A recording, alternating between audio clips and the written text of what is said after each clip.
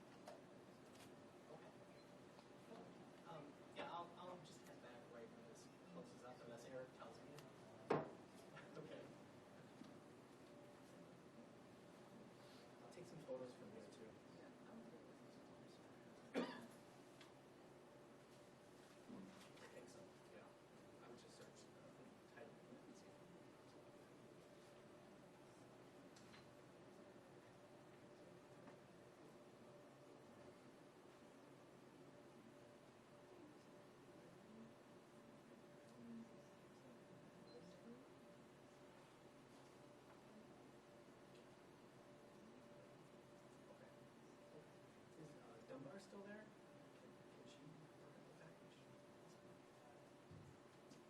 Could she look at the package? Yeah, she seemed like she wanted some stuff. Okay, cool. Would you want to put my phone in there? Maybe I could. Just only if we have no other way to connect to the mobile box. I suppose we hold it. How good is the sound? It's pretty good. Speakers and things. So I just hold it. Yeah, here. What's the closest speaker? Too far in the back. But you can. You can put it in there. If you have no other way, yeah, airplane mode. Okay. When would you like the door shut? Shut it. It's like 5 o'clock. Typically, we close it right about then. Because I don't want it. Yeah. Yep. As far as communicating, I'm sure.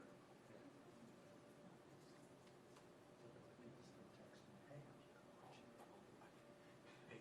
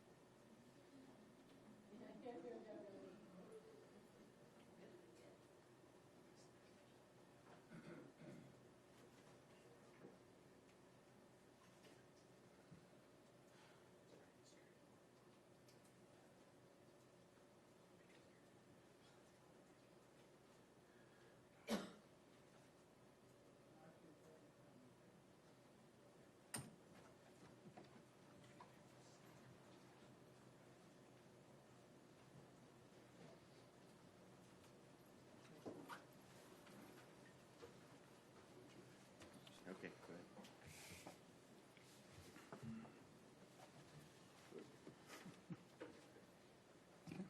good.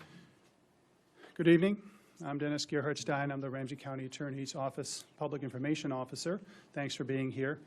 We will have a few brief remarks from the Ramsey County Attorney himself, and then we'll open up for questions. I'll start with sort of basic ground rules of please help us by telling us who you are, what your question is, and what organization you represent. And I'll remind you of that when we get into the question and answer period. But let's start with remarks from the County Attorney. Good afternoon. Well, obviously, today we're disappointed with the jury's verdict.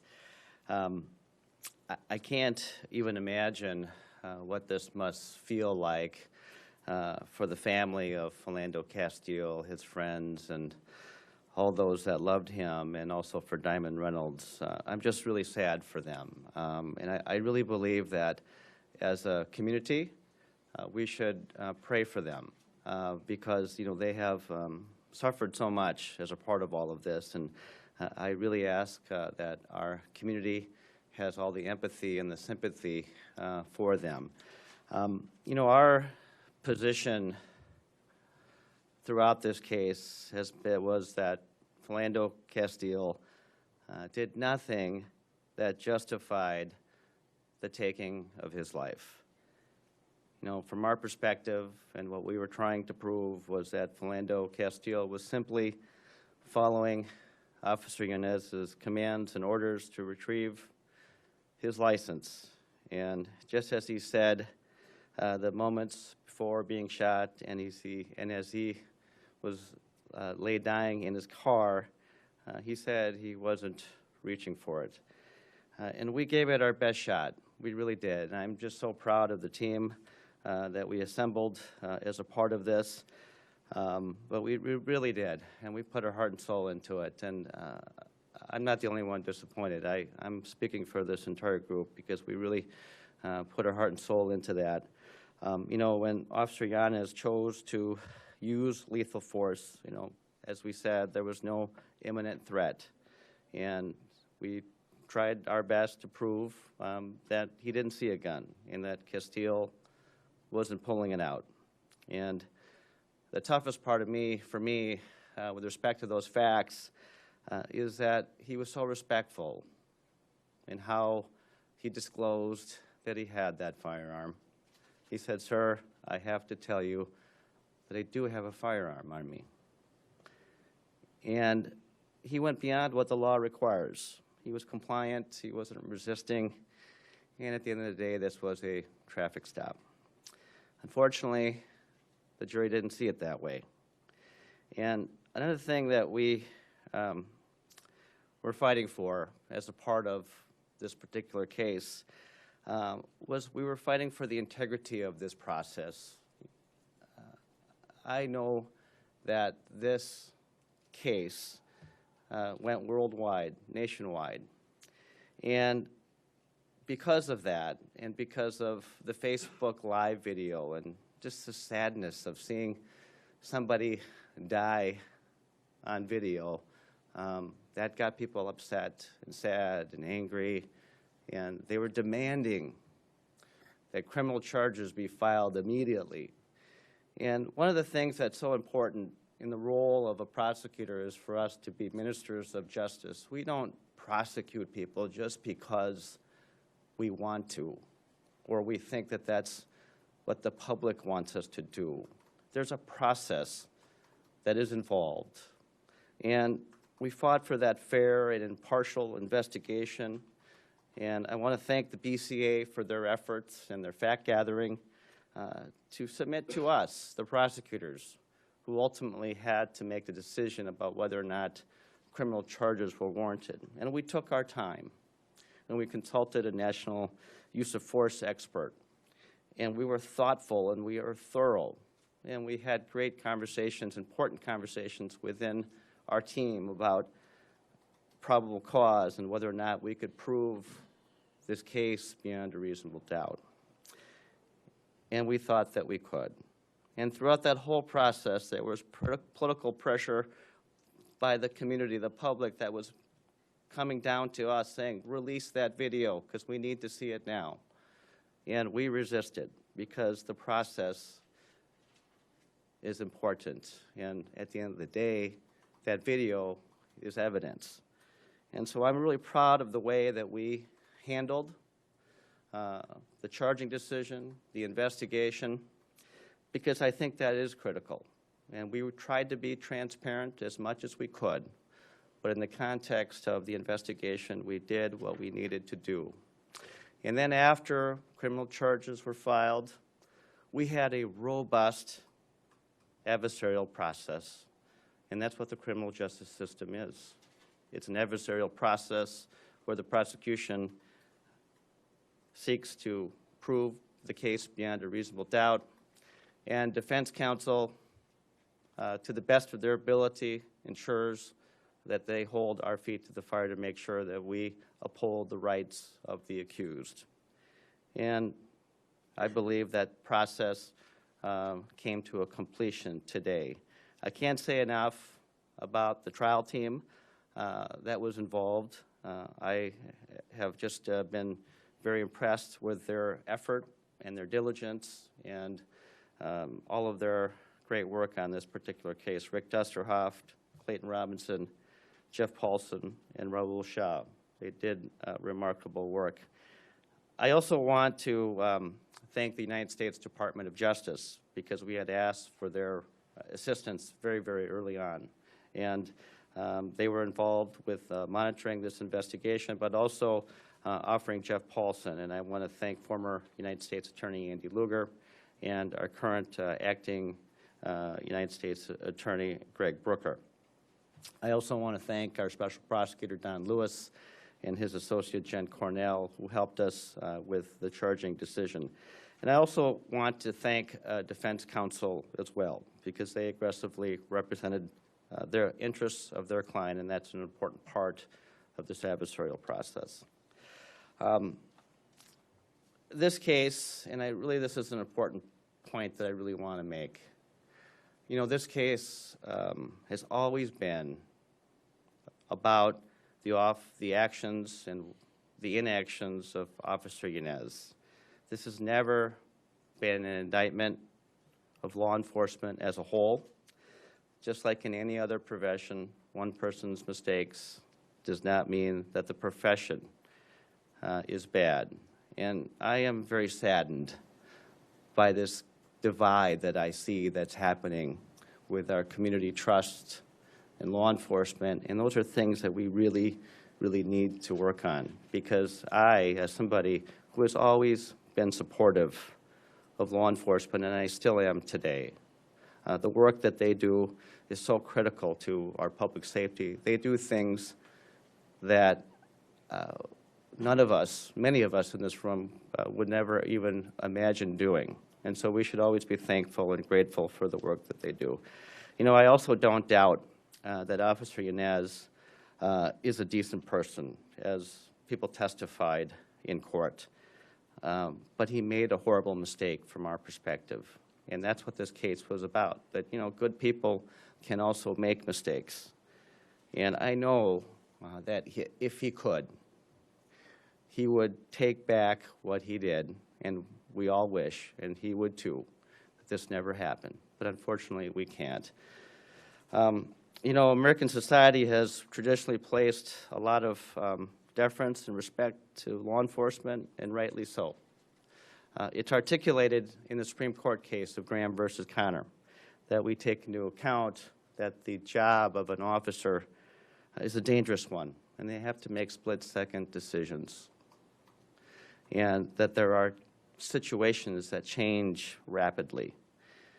But when we use and we evaluate an officer's use of force, we look to that case, and we will continue to do so, but we just could not with respect to the facts of this case. Now, the hard part and the most important part of what I have to say to the public, and this is a part that I hope that all of you will include in your reporting. As hard as this is for some members of our community. We have to accept this verdict. It was the product of a fair and impartial investigation, thorough prosecution review, and a trial by a jury of Ramsey County residents. Their decision must be respected because that is the fundamental premise of the rule of law. I want to thank Judge Leary for ensuring a fair trial, and I know that this case generated critical conversations about police-community relations, and those conversations really must continue for the sake of our officers, for the sake of our residents, so that something like this never happens again. And I hope that we will be intentional about listening to one another and work on bridging the gaps that exist today. That said, I understand that this verdict brings a lot of hurt and pain and deep-seated frustration for a lot of people in this community. And I suspect that they want to express their pain. And protests and demonstrations truly are the foundation of our democracy, and I'm sure that people may choose to express their voices. However, please, in the honor and memory of Philando Castile, please do so peacefully. Violence only begets more violence, and we do not want anyone getting hurt. In the words of the great civil rights leader of our nation, Dr. Martin Luther King, the moral arc of the universe is long, but it bends towards justice. Thank you. Okay, we'll have time for a couple questions. Let's start right off. Yeah, Todd Melby, Reuters. I talked to Earl Gray, one of the defense attorneys, and he said that, in my opinion, the case never should have been charged. It was charged because of political pressure. And it wasn't, and I think I addressed that in my remarks. You don't have no further remarks? No, I don't want to engage in a response to that because it wasn't. Imagine if this case wasn't charged. I mean, throughout the trial, evidence was produced that certainly would justify the charges in this case. There was ample evidence if the jury wanted to, if they chose to choose those facts, they could have had a conviction, and Judge Leary would have dismissed these cases. If it was purely a political type of prosecution, then, hold on, let me finish. He had the opportunity to dismiss the case when the defense made that motion, and then he had the opportunity after we presented our case. So no, nothing of that kind. So when you say, imagine if this case wasn't charged, what do you mean by that? Well, from that perspective, I mean, all the facts that came out in the trial, I mean, my God, I mean, this case had to be charged. There were so many facts that needed to have consideration by a jury. So that's our perspective, yeah. Today, the jury asked for Yanis's testimony to be reread in its entirety. On Tuesday, they asked for a transcript of the BC interview that wasn't played during the trial. Should the state have played that 1-hour interview during this case instead of trying to offer it during the defense's presentation on Friday? You know what, I'll have a chance to maybe address that. I mean, this is not the last time that I'll speak to all of you, but I don't really want to get into the play-by-play of going backwards with respect to the trial. But it seemed like a big issue for the jury. They asked 2 times to hear from Officer Yanis. And I didn't make that decision, so. John. And Philando Castile's mother, Valerie, has called repeatedly to respect the process, to let it go through, and this was the result for her. What's your response to people like her who didn't trust in the system, but like gave it the benefit of the doubt, and at least from her perspective, failed here? Say thank you. And I'm sorry that it didn't work out as the Castile family would have liked. But the process, we can't control it other than the fact of just doing the best that we can. The defense does the best that they can, and it's a product of that adversarial system. Is this going to build more distrust in the criminal justice system? I hope not. Any other questions? I think you kind of answered it already, but I just want to clarify for sure, do you intend to retry this case at all, and if so, when? It sounds like you don't. It sounds like you're not going to. We would be prohibited from doing so. You can't. You can't? No. Oh, well, I'm sorry. The jury came back with a Yeah, verdict no, of not sorry. guilty. Question from Kirsten from 5 Eyewitness News. You talked about that dash camera video that was played in court for the jury. Yes. We're told that'll be released by your office, and when it is, do you think when it's seen by the public, people will understand a little bit more into the jury's mindset? What do you think the reaction is going to be from folks when they see that video? Well, I think what I would ask for the public as they review that video is to recognize there's many different perspectives. There was our perspective from the prosecution, and we felt, that the charges were warranted and the facts would support a conviction. There were also facts that you will see in the video that will also go towards the explanation and the defense arguments. And so I would ask that the public be thoughtful in viewing that and take into account that a jury in Ramsey County has found the defendant not guilty. 2 more questions. Yeah, Mitch Smith, New York Times. Thanks, sir. You talked about the process here, the public pressure that built for those charges, and your desire to bring Officer Yanez up the right way, not releasing that video from the start. Now that there's been an acquittal, what should people who were pressing that pressure for the charges, what should they make of how the system worked here? How should they interpret what transpired today? Well, I hope that they believe that the way that we processed this case, like I said, was focused on the facts and the law and making sure that the gathering of those facts were fair and impartial, and that when we made this decision, we were focusing on whether or not people around the table that would be involved with trying this case believed that we had a reasonable likelihood of being able to prove this case beyond a reasonable doubt.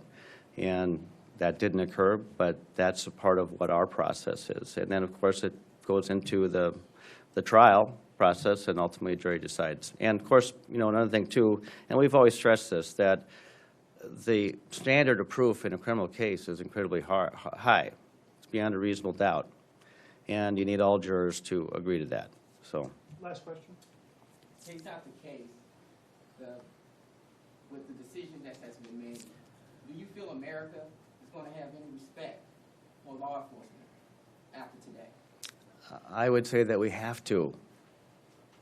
Law enforcement and police are necessary in our community to ensure that we have public safety, but I think anybody in law enforcement would say that there's a lot of work that needs to be done, but it needs to happen from all perspectives. And I think the conversation that's been generated from this case and others should continue.